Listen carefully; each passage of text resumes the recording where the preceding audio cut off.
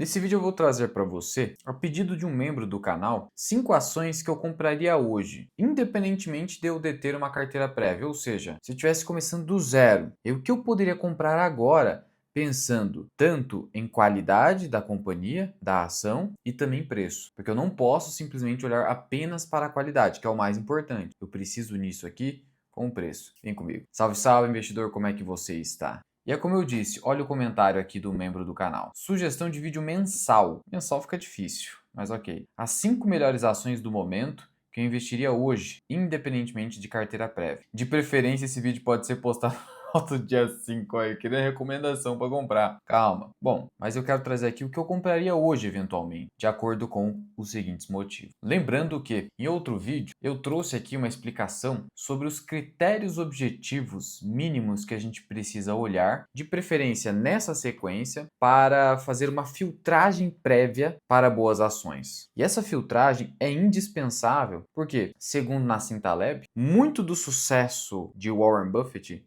veio da máxima filtragem, saber dizer não. Isso é muito difícil, porque a gente é bombardeado com diversas oportunidades. Então você tem que saber dizer não, ser um investidor essencialista. E o primeiro passo é olhar para a rentabilidade, como eu falei. Priorizar empresas de alto ROIC. E fui além. Esse ROIC precisa ser superior ao custo de capital. Sabe por que isso aqui é importante? Por conta do seguinte: empresas muito boas, muito previsíveis, ou seja, de baixo risco operacional, são empresas que geralmente não ostentam ROIC muito alto. Ou então, o custo de capital é muito baixo, admitindo um ROIC não ser tão alto assim. Por que eu estou te dizendo isso? Porque o mercado acaba exigindo pouco retorno, relativamente falando, em relação a outras empresas, de empresas com risco operacional mais baixo. O mercado acaba, muitas vezes, deixando essas ações caras. Olha a VEG, por exemplo, fica muito cara. Raia Drogasil e assim sucessivamente. Então, rentabilidade é indispensável. Isso aqui se reflete em potencial de crescimento. Porque quanto mais rentável uma empresa, quanto maior o seu ROIC, mais ela consegue, a priori, reter parte do seu lucro e, com essa retenção, reinvestir esse lucro retido a uma taxa alta, que é essa taxa do ROIC. Então, vamos lá. Se eu tenho um ROIC, ou melhor, um ROI de 15%, e eu vou lá e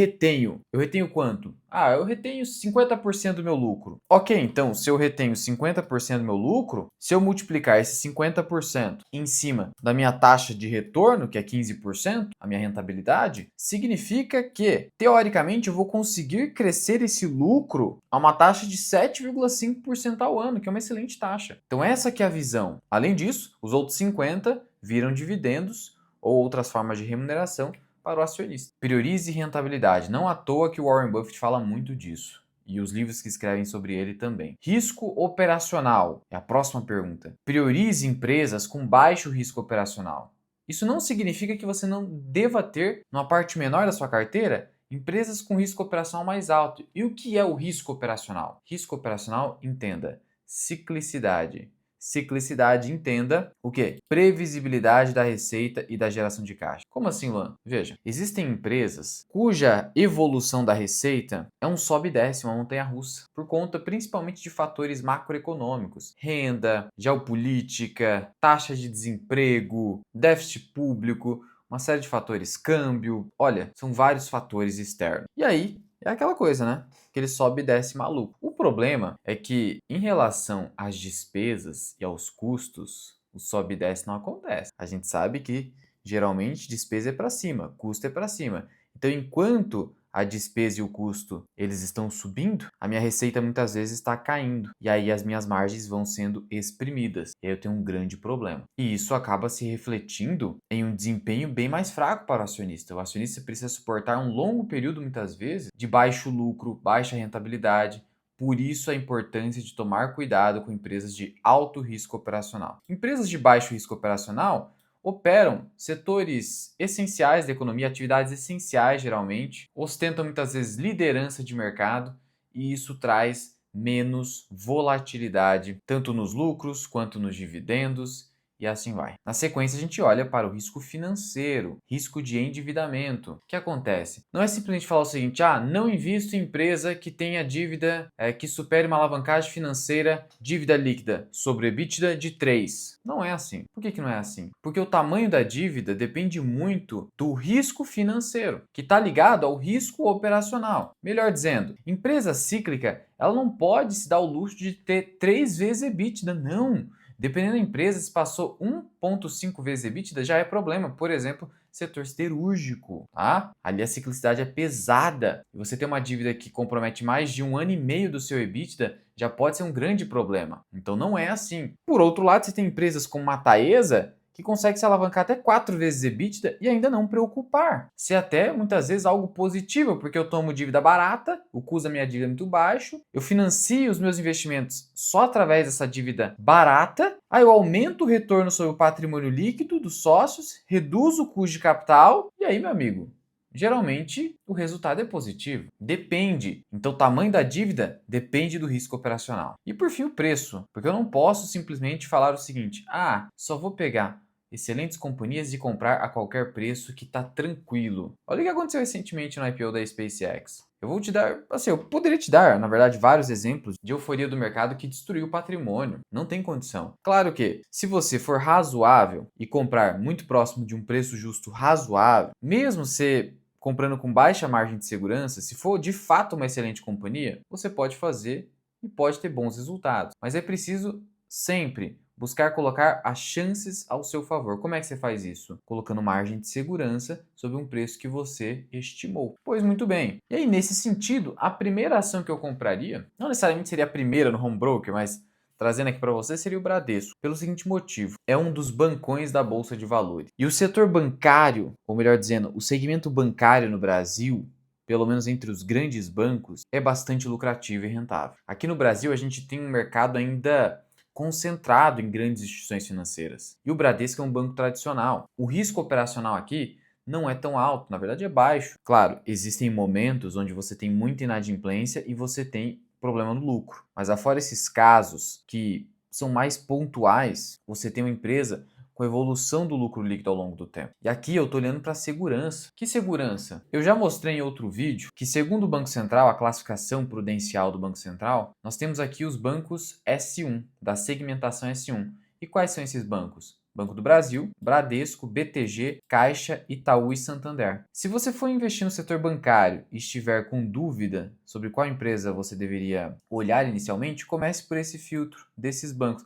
Caixa não dá, porque tem capital fechado, e por ser uma empresa pública seria impossível de qualquer forma ter capital na Bolsa de Valores. Então, eu já começaria por BTG, Bradesco, Banco do Brasil, Itaú e Santander. E o Bradesco, primeiro que eu começaria comprando a ação ordinária ao invés da preferencial. Por quê? Porque a preferencial hoje negocia um múltiplo mais alto. Olha o indicador preço sobre valor patrimonial. 1,09 contra o indicador preço sobre valor patrimonial de 0,95 da ação ordinária. Mas ela não tem liquidez. Na verdade, ela tem. Ela tem uma boa liquidez. A liquidez da ordinária é de 105 milhões dia.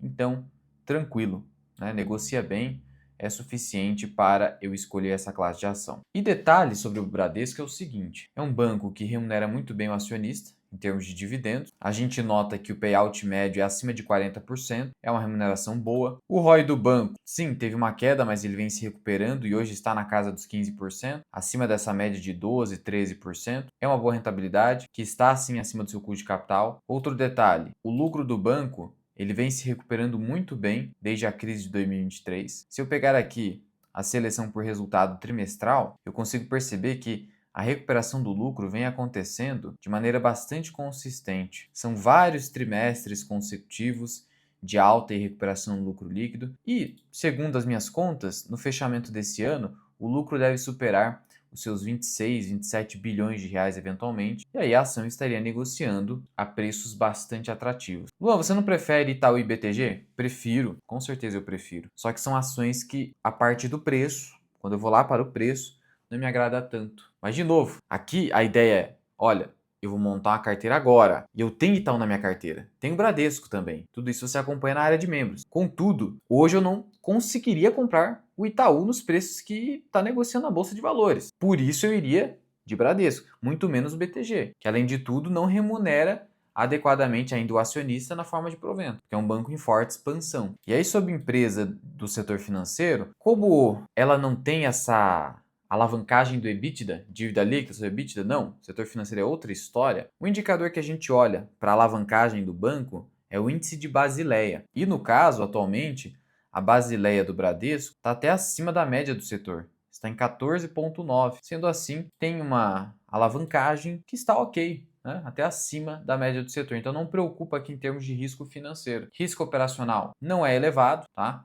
Por mais que você possa ter ali alguns períodos de forte inadimplência, isso aí afeta o setor bancário como um todo. É uma empresa de boa rentabilidade, claro, de novo, Itaú e BTG são outliers, estão lá em cima, né? E em termos de preço, Bradesco hoje me agrada bastante. E o Santander, Luan? Também poderia ser, né? Poderia estar aqui numa filtragem, só que o lucro do Santander vem andando de lado há alguns anos, então eu daria preferência para o Bradesco, é o que eu faria. E aí na sequência, eu iria de Itaúsa, principalmente se eu não tivesse que fazer um super aporte. Vou começar a montar a carteira agora, vou comprar devagar. E a Itaúsa, a 13,50, eu trago lá a minha planilha de valor intrínseco para os membros, é um preço que, para aportes pequenos ou até medianos, dá para comprar. Existe aí uma margem de segurança, já que o meu valor intrínseco em Itaúsa supera os R$ 15.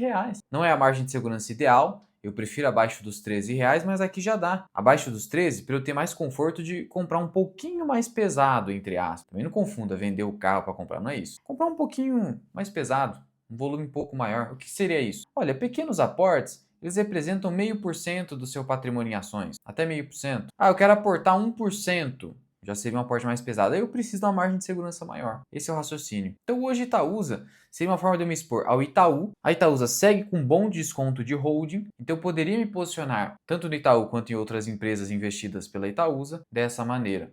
Por meio da Itaúsa, né? Me beneficiando de um desconto de holding significativo, me beneficiando de uma ineficiência fiscal, que é a inclusão do JCP em PIS/COFINS, o que vai acabar a partir de 2027. Isso vai gerar uma economia interessante para a empresa. E para além disso, ter por trás da Itaúsa uma gestão preocupada com o retorno adequado. No último resultado trimestral, o Setúbal foi questionado no sentido de você não está vendo nada de oportunidade hoje no Brasil, né? O último movimento da Itaúsa foi o aporte de capital em Aegea, que teve uma chamada de capital. E ele falou, olha, como o custo de capital no Brasil está muito elevado, a gente não está olhando para nada que não possa ter um retorno, uma TIR, uma taxa interna de retorno de 20%. E aí, como a gente não conseguiu localizar nada nesse sentido, a gente permanece concentrado em Itaú e nas demais ações aqui do portfólio, que representam mais ou menos ali 5% do resultado da Itaúsa. Na verdade, tem trimestre que é mais do que 5%. E eventualmente com o crescimento dessas empresas pode ir evoluindo, talvez chegar até 10%. Isso pode acontecer ao longo do tempo. Então, essa preocupação, esse cuidado da gestão aqui da Itaúsa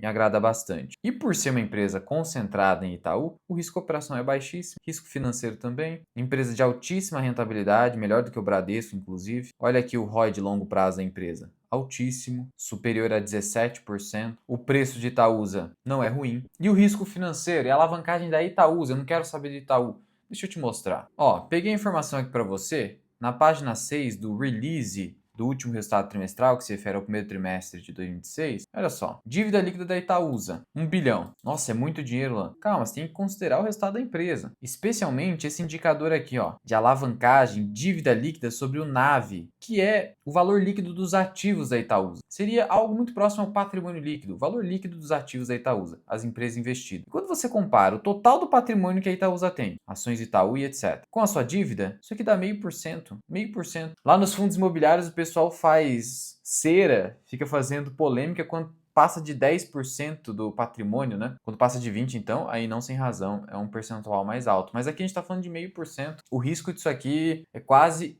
inexistente. Então não preocupa, de maneira nenhuma. Portanto, Itaúsa seria a minha segunda opção aí. Na sequência, eu iria de uma empresa do setor elétrico, que é a Engie. Eu vou afirmar aqui e repito, não há empresa do setor elétrico concentrada em geração de energia que tenha a qualidade da Engie. Axie Energia não, para com isso, para de narrativa, você cai muito em narrativa. Não existe nada melhor do que Engie em geração de energia elétrica. Ponto. A governança deles é outro nível, o histórico de alocação de capital, alto nível. No setor de petróleo eu vi muito disso. Ah, mas a Brava Energia, cara, setor petrolífero é muito arriscado, só existe Petrobras e PetroRio, o resto. Para com esse negócio de narrativa. A narrativa só te quebra. E o caso da Engie, o que acontece? Abaixo dos R$ 30 não é o melhor dos preços, mas para pequenos aportes até vai. Eu começaria aportando em Engie. Então veja, a ideia aqui seria aportar no nível maior em Bradesco pelo preço, na sequência um nível médio em Itaúsa, porque não está tão distante do meu preço ali para aportes. Engie seria um percentual mais fraco. Eu ficaria dentro do aporte de 0,5% do meu patrimônio em ações, ou algo próximo disso, depende do volume. Iria montando posição ao longo do tempo em Engie. Por mais que ela esteja andando de lado,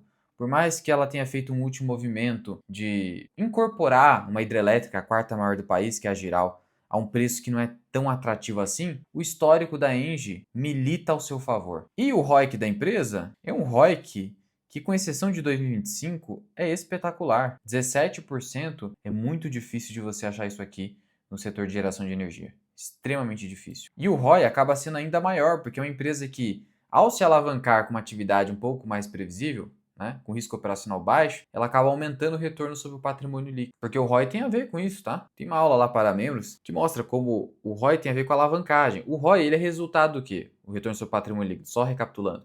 Ele é resultado da margem de um negócio, a margem líquida. Ele é resultado do giro do ativo, o quanto a empresa transforma o seu ativo operacional em receita, giro do ativo. E, por fim, qual o nível de alavancagem do patrimônio líquido. Para empresas com risco operacional mais baixo, ter um alto nível de alavancagem do patrimônio líquido não é um péssimo negócio, na verdade, o contrário. Por isso que Taesa, a Ende se alavancam mais. Claro que a Ende acabou também buscando a redução um pouco da alavancagem, para trazer um pouco mais de tranquilidade para os acionistas, não pagar tanto os juros da dívida e eventualmente não perder essa nota de crédito AAA, que é indispensável para os investimentos do setor elétrico. Então eu iria de Engie. É melhor você confiar numa empresa que já se provou no tempo do que tentar buscar alternativas por conta de narrativas. A quarta empresa pode surpreender, mas é a Sanepar. A Sanepar. Dificilmente você vai encontrar uma empresa na Bolsa de Valores, eu te desafio, com esse nível de evolução quase que uniforme da receita e do lucro, num prazo alongado. Essa escadinha linda de se ver, você não vai achar em quase nenhuma empresa da Bolsa de Valores. Quase nenhuma. Ah, 2025 teve essa queda. Isso aqui eu já falei em diversas oportunidades, foi o não recorrente do precatório. Não vou ficar repetindo. Isso aqui você não vai achar. Então, quando alguém te perguntar, o que você vê na Sanepar? Principalmente isso aqui. É uma empresa de boa rentabilidade? Que é o primeiro passo? É. Quando eu olho para o ROIC, parece pouco, 11 a 12 até 13%. Só que aí que entra uma questão que eu cheguei a falar no começo desse vídeo. Empresa de risco operacional baixo, ela pode ter um retorno sobre o capital investido mais baixo e mesmo assim o mercado vai enxergar valor na empresa, porque o que importa é o ROIC estar acima do custo de capital. Como o custo de capital é muito baixo, é tranquilo. E aí, o ROI da empresa é um ROI que fica bem mais alto do que o ROIC, porque a empresa pode se endividar com tranquilidade, atividade de saneamento básico, serviço essencial. A empresa pode simplesmente cortar o serviço se ocorrer inadimplemento e ninguém consegue ficar sem água, sem esgoto. Claro, ninguém entre aspas, mas eu estou dizendo assim, se a pessoa tinha esse serviço, ela ficou sem pagar, ela vai precisar dar um jeito de pagar para retomar o serviço. É essencial. Um ROI cuja média de 13. Veja que difere muito do setor financeiro. O setor financeiro, se você ficar com um ROI abaixo de 12 aí, que é a média do mercado, você pode ter problema, porque aí dificilmente você vai conseguir gerar valor, porque o seu custo de capital é maior do que esse. É sempre esse tipo de comparação. E aí o risco financeiro, como está? Então, o nível de endividamento está baixo, quase uma vez EBITDA, vai aumentar por conta do precatório que vai sair do caixa da empresa, vai para uns 2,2 vezes EBITDA, mas em relação à empresa com risco operacional mais baixo, não é um problema. Em 2022 já chegou nesse nível de endividamento, em 2016 também, e não preocupa, porque o risco operacional é baixo. Ou seja, a empresa não tem ciclicidade. Ah, quando que ela pode sofrer? Com seca. Então o risco hídrico é o maior risco de Sanepar. Mas são momentos bem pontuais. Não é assim, eu sei que a Vale sempre vai perder dinheiro quando o minério de ferro cair num preço muito baixo. Ou eu sei que a Petrobras sempre vai perder dinheiro quando o petróleo for a $30. Não, aqui só vai acontecer esse tipo de coisa em ocasiões específicas de escassez de recurso hídrico. E mesmo assim ela não vai perder dinheiro, vai ter um pouco de dificuldade pontual. E o preço dela está abaixo do valor intrínseco. Mesma situação ali com Engie, situação similar à Itaúsa, ela não está cara e eu teria que inserir uma ação de saneamento na minha carteira para ter tranquilidade. Ah, e a Copasa, que foi privatizada? Cara, você já viu o preço da Copasa? E a tendência é a Copasa pagar cada vez menos dividendos, porque geralmente quando uma empresa é privatizada, a nova gestão tenta extrair o máximo de valor, nem a gestão, o novo controlador, né, tenta extrair o máximo de valor. Isso significa o quê? Payout baixo. Então a empresa já está no múltiplo alto, e aí o payout tende a reduzir por conta disso, aí eu tenho um retorno esperado em proventos muito baixo. Então, em Copasa, não tem a mesma qualidade de Sanepar. É que você pode estar achando o seguinte, mas ela subiu. Olha o tanto que ela subiu e a Sanepar ficou de lado. Então, só porque subiu é boa? Só porque subiu é boa? Ou melhor do que outra empresa? Esse é o único critério que você utiliza? Se for, então, é só seguir o mercado. É só seguir o fluxo. Tudo que o mercado fizer, é só você seguir. Você não precisa nem estudar mais. Se o papel subiu, é porque ele é bom. Se ele caiu, é porque ele é ruim. Não é sempre assim. Tem que olhar caso a caso, cautela. E a Sabesp? Ótima também, mas eu prefiro a Sanepar, por ser mais descontada, ter uma tendência de pagar mais dividendos, ainda que tenha o problema de demora, etc. E ter esse histórico de previsibilidade, mesmo sendo uma estatal. Algo que não havia em Sabesp no passado. A Sabesp ficou melhor agora. Aí com essas 4 empresas, eu teria comprado 4 empresas bastante seguras, que me dariam tranquilidade e com preços razoáveis. Não são super barganhas, mas preços razoáveis para longo prazo. E aí, por fim, eu compraria uma ação que está bem barata, pensando no potencial de lucro no futuro, não para agora.